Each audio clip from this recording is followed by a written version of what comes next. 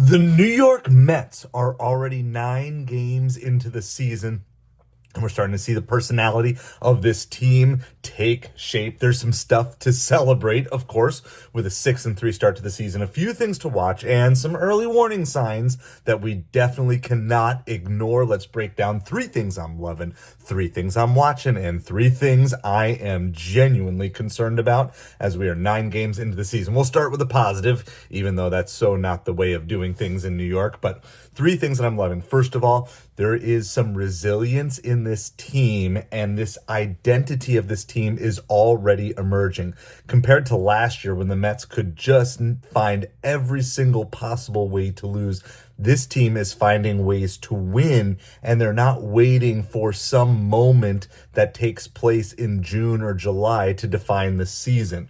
The bullpen has absolutely locked it down late, especially in these tight games. Edwin Diaz with the back-to-back saves over the last couple of games. There is a lot of mental toughness on this team, and you certainly already feel like they are never truly out of a game, even on days when the offense is not completely clicking the way that you would hope that it would be. This team is gritty and they are scrappy, and it feels like they kind of are this version of last year's team, but with a little bit of a tweak, maybe a little bit more professionalism, a little bit more game tested and ready to rock and roll. Number 2, Pete Alonso is locked in. I already posted a video earlier this week talking about, can we really start to consider Pete Alonso as a clutch player now, right? The big knock on Pete always has been, sure, he can hit lots of home runs, but can he hit when it actually matters? And that has happened multiple times over the first week of the season, including multiple clutch key home runs. And over this Toronto series, even when he's not hitting home runs, he is putting the ball in play on a regular basis. The most notable thing is he's just simply not chasing pitches that he used to chase, and he's showing a significant amount of patience at the plate, which means he's actually seeing better pitches because he's letting some of the worst ones go. And so this is what I like. I really like the fact that they have put Pete, that Mendoza's putting Pete in that number 3 spot. It allows him to consistently get that extra at-bat every game, and it allows him to be in the game from the very first inning. And of course, there are many opportunities for either Lindor or Soto to be on before Pete even gets to the plate, meaning that it's more likely that Pete will even see some good pitches. And of course, with a contract year on the line, with Pete almost certainly opting out, barring something crazy happening, he has every motivation to have a great year as well. Lastly, and you could also put the bullpen in here as its own thing for sure, but we already mentioned that, so I'm just going to reiterate what I said before the season, that Juan Soto's elite plate presence is playing into this Mets team. If you did not realize it, he has made it on base in every single game so far this season, and he's only hitting .250. That is the magic of Juan Soto, is that he can draw walks, he can have deep counts, and obviously pitchers have to respect everything that he brings to the table. And it was amazing to me when I saw that, because it's like, it sure feels like there was a game or two, but no, he's finding his way on base every single game. And when he does that, it changes how pitchers pitch the batters before him, notably Lindor, as well as the bottom of the lineup, as well as the batters after him, such as Alonso and Brandon Nimmo. And so it's not just about the numbers and the stats, it's about the whole tide rising due to what he is able to bring. And especially we're seeing this in the top of the lineup. I think that it's helping Lindor see better pitches, and of course it's giving Pete more opportunities to do things when he comes to the plate. All right, 3 areas that I'm watching. I'm not concerned about these areas particularly yet, but they're on the radar. Number 1, the NL West could shrink the wild card chances that the Mets have. And I say this because I think a lot of people were kind of expecting something along the lines of one NL Central team gets in for winning the division, one NL West team gets in, and a lot of people were thinking maybe it was like Dodgers, Diamondbacks, something like that. And then you get 3 NL East teams in, right? And a lot of people picking the Phillies to win and the Braves and the Mets filling out. Well, all of a sudden, this narrative is kind of crazy. Now, the good news is, of course, these teams are going to play each other and beat each other up. But the Dodgers, the Padres, and the Giants all look super strong early. In fact, if you didn't realize it, the San Francisco Giants have the best record in baseball. And the Dodgers have the second best record in the National League, and the Padres have the third best record in the National League. And so all of a sudden, and obviously we're so early into the season, that's why it's not concerned yet, but all of a sudden you have 3 teams from the NL West in position to make the playoffs, which means there's only one other wild card spot available if that were to stay that way. So the Mets have to be on their game. They need to be winning as many games as possible, and they need to make sure that they have a clear path to the playoffs. There's not room for 2-week, 3-week long slumps as a team where they go out and go 5-10 over a 3-week span or anything like that. They need to be consistently winning, consistently adding up the wins in their record overall, because we got to assume that the Diamondbacks are going to emerge at some point as well. And beyond that, there are just going to possibly be less wild card spots than maybe we were anticipating. This goes the same topic, but a different team, the Braves. Now, we're watching the Braves because of their slow start. And I'm going to tell you, as a Mets fan, I certainly enjoy it, but I have zero satisfaction that the Braves are out of this race. It is so early in the season. We saw what the Mets were able to do last year after a pretty rough start, how they were able to turn it around and absolutely catch fire. So there is no doubt in my mind that this Braves team has the ability and has the talent to come back. Of course, they're facing suspensions, they're facing some injury issues and different things like that. But again, that's all the more reason, because then they actually have a reason why they're losing. And if they were just losing with a full-strength team, that might be a little more concerning. But the fact that, okay, there are some holes in this roster, but there's going to be opportunities to fix them and to get those things going. I just say, as a Mets fan, you got to understand that I think, at least as of right now, I have full confidence the Braves are going to still be there battling the Mets for a wild card spot near the end of the season. And again, if we're only fighting for one wild card spot, every win, every bit of distance we can put between us and the Braves right now while they're struggling is important. All right, third, the bottom of this lineup is struggling a lot. Now, the whole lineup has not been super impressive, but at least the top of the lineup has been fairly consistent with getting on base. Lindor has had leadoff hits the last 3 games in a row. Of course, we already mentioned Soto consistently getting on base every single game so far this season. Pete Alonso has been kind of the power engine that we've hoped that he would be going into this season. And Nimmo's had some good at-bats. And, of course, Jesse Winker had the great game the other day. But this bottom half of the lineup has been just a lot of easy outs. And I know there's a lot of heat being thrown the way of Brett Baty, but it's not just Baty. It's Vientos, it's Baty, it's José Siri, it's the catchers, it's everything. Now, some of this has to do with just the injuries that the Mets are doing, and the great thing is the Mets are winning in spite of this. However, one of the things that you notice with teams like the Dodgers is there is just threats to score up and down the lineup, and we need to fix some things. And so specifically, Mark Vientos is just hitting 118 on the season. In fact, Brett Baty came into the game today with a higher batting average than Vientos. Vientos jumped him because he got 1 hit and Baty didn't get any. But it's not like either of them have been super impressive. Vientos has had a couple of good hits. He looks like he's showing some signs of life, but it is still not quite where we want it to be. And I warned people before the season, expect there to be some regression in Vientos, especially in the first part of the season, because there's a whole lot more tape out on Vientos now than there was last year. All the damage that he did throughout the playoffs, pitchers are knowing and learning how to pitch him in the same way that pitchers also know how to pitch Brett Baty. As soon as he gets to 2 strikes, they really send that high heat up, and it kind of puts Baty in that situation where he has to chase. And the best way that he can avoid those situations is to avoid 2 strikes. And yet consistently Brett Baty is getting into 0-2 counts, and that is setting him up for poor plate performances. Now, there have been certain at-bats where Baty has worked the count, even though he didn't end up getting a hit, notably in the game on Saturday. In the 9th inning, he worked a really long at-bat that allowed a bunch of pitches to be seen, which allowed José Siri to learn which pitches to lay off of. So the other thing to note with Baty is that his exit velocity is 5 miles an hour faster than his career average this season. So there might be a little bit of unluckiness, and that's something that we need to keep doing. But still, he's putting himself in some bad counts early on, and we're going to talk more about Baty in just a minute. The last one that we'll talk about here, because you can kind of give Terens and Hayden Sanger a little bit of a pass. Sanger did have a good hit today, had a key walk.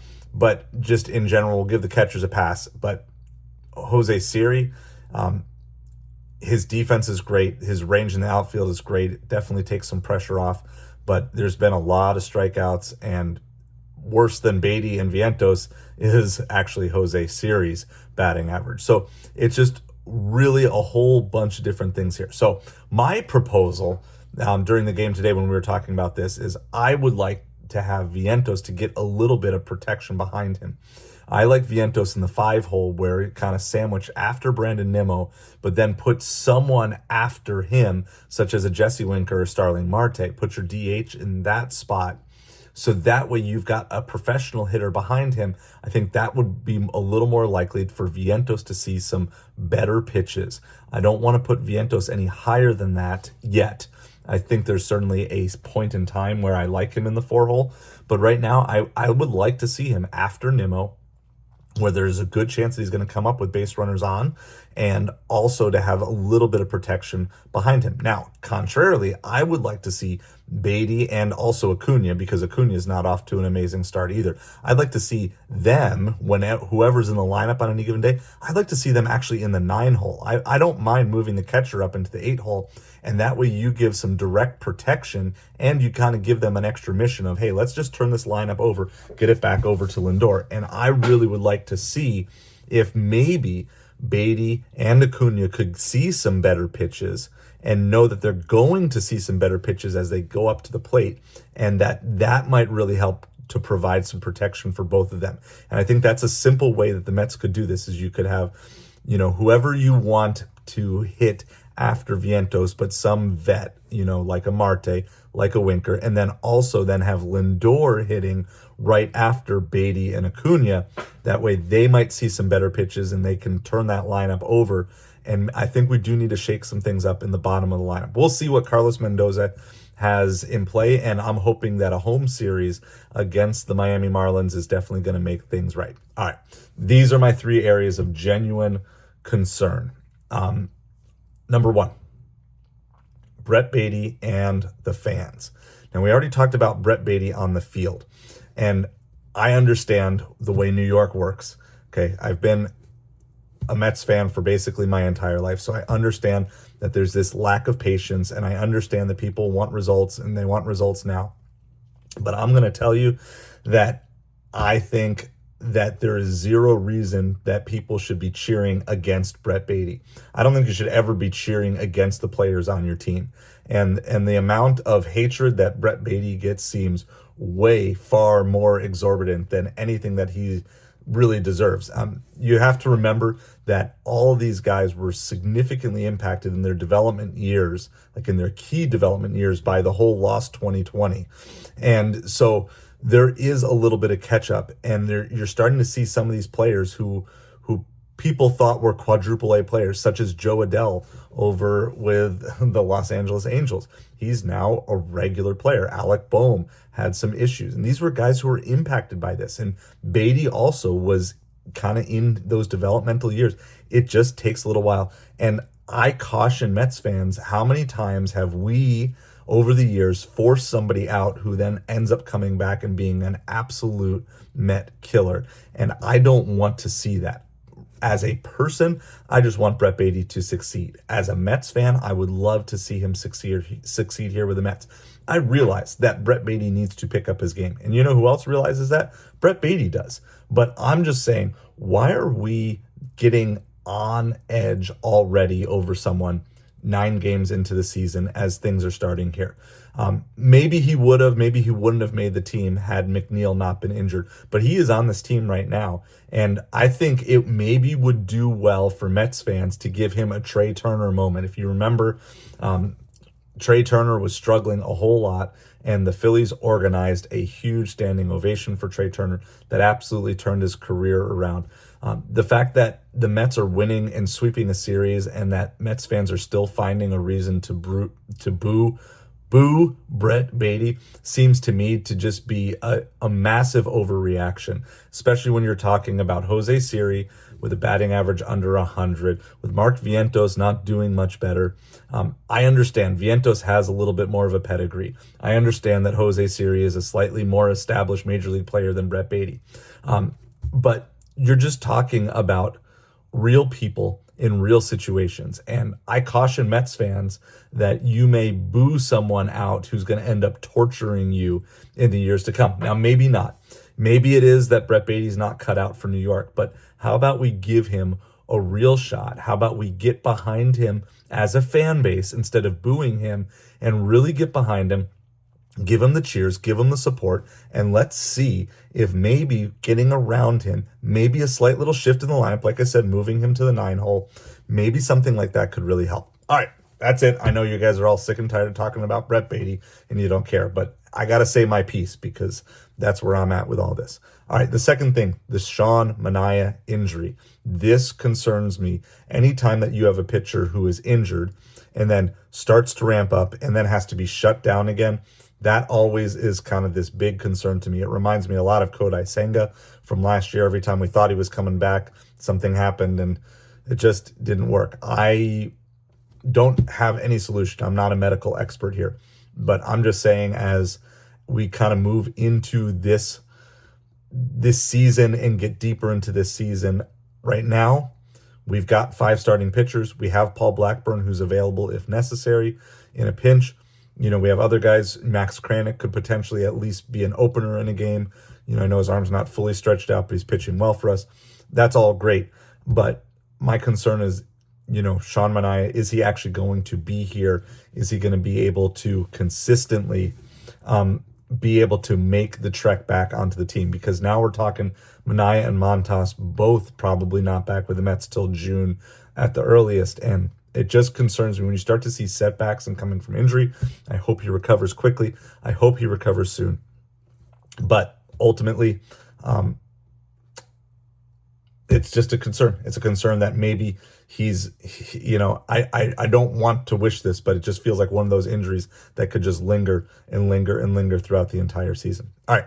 Lastly, this is kind of the overall picture. It certainly applies to the bottom of the lineup, but through the lineup as a whole, we're not seeing the overall dynamic offense that we have hoped to see. And I do think some of this has to do with injuries. I think having McNeil out, having Alvarez out hurts a little bit. But I guess the bigger part is I feel like a lot of these games we should be putting up more runs on a consistent basis.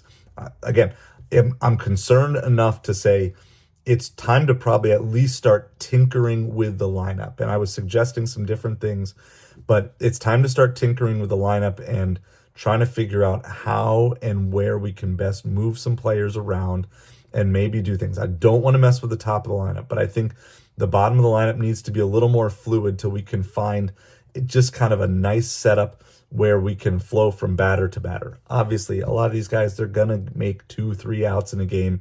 You want them to go 1 for 3, 1 for 4. I understand that's just the nature of baseball. There's going to be plenty of days where players are just not going to get hits. I know that, but there just seems to be a little disconnectedness in the bottom part of the lineup. And again, part of that is injury. And so hopefully we'll have those speedy recoveries from McNeil and speedy recovery from Francisco Alvarez. But until then, I would like to do that because I don't want to see a lot of stress have to go on our pitchers because we're not scoring runs in a consistent way. I almost wonder how much of that had to do with why the Mets allowed Peterson to continue out there today when he obviously wasn't feeling well. By the way, in case you missed it, it seems like he just kind of had some sort of like stomach bug, possibly dehydration or something. It wasn't an injury, it was a sickness thing. But how much of that was just like, is there pressure to not wear out this bullpen? And yes, we've got some pitchers in the bullpen who have options we can send up and down and different things, but you don't want to tax your bullpen more than you have to. And you want your pitchers to have the freedom to pitch loose. And the way that you can do that is by running up the score when you have opportunities to do so, by getting clutch hitting, not just from Pete Alonso, not just from the top of the lineup, but clutch hitting up and down the lineup. Like what we saw from Winker yesterday, but to get that from everybody, different hero every day, I think that's the mode that we want to go. So go ahead, comment down below. What do you like? What are you concerned about? And what are you watching as we move from this point in the season forward?